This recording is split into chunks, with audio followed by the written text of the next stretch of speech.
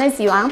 Aș vrea să vă prezint pe Raluca, medic specialist chirurgie dental-alveolară, și cumva vrem să vă informăm ce se poate întâmpla când avem niște molari incluși și care necesită tratament prin extracția lor. De ce este important ca noi să informăm pacienții cu ce se poate întâmpla dacă păstrăm acești molari de minte?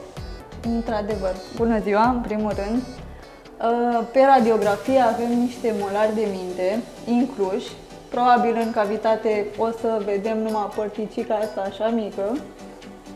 Este important să extragem pentru că, în primul rând, pot să carieze dinții de lângă ei, în care împing cu niște forțe extrem de mari, și pot să strice chiar și ocluzia. Am observat că dinții care își schimbă poziția sunt dinții din față, atunci când contactele sunt foarte strânse. Exact. De ce este important ca un medic chirurg să realizeze astfel de intervenții? Pentru că, din punctul meu de vedere, care nu fac chirurgie, poziția lor poate fi destul de complicată. Poziția lor nu este una favorabilă erupției deloc.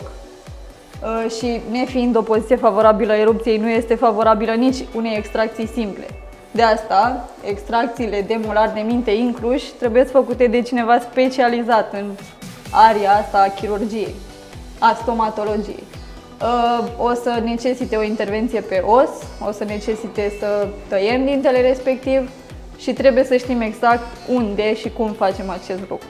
Pacientul simte durere în timpul intervenției sau după intervenție? Nu, în timpul intervenției lucrăm cu anestezice locale foarte puternice, nu o să simtă nimic, numai o ușoară presiune, că lucrăm acolo, o să simtă, o să fie conștient, dar nu o să fie niciodată durere. Și după intervenție? După intervenție, posibil un pic să reacționeze țesuturile, să ne umflăm un pic, dar dacă se ține gheață o zi, două, totul este în regulă. Aș mai avea o întrebare referitor la situațiile în care avem dinți cu infecții destul de mari și nu se mai pot realiza tratamente să putem să-i salvăm. Da. Când se pune implant și când nu se pune implant? Post-extracțional. Da. Nu putem să aplicăm implant post-extracțional dacă avem o infecție așa, ca aici. O să facem extracția, se așteaptă 3-4 luni vindecarea osoasă, după care intervenim și se aplică implantul.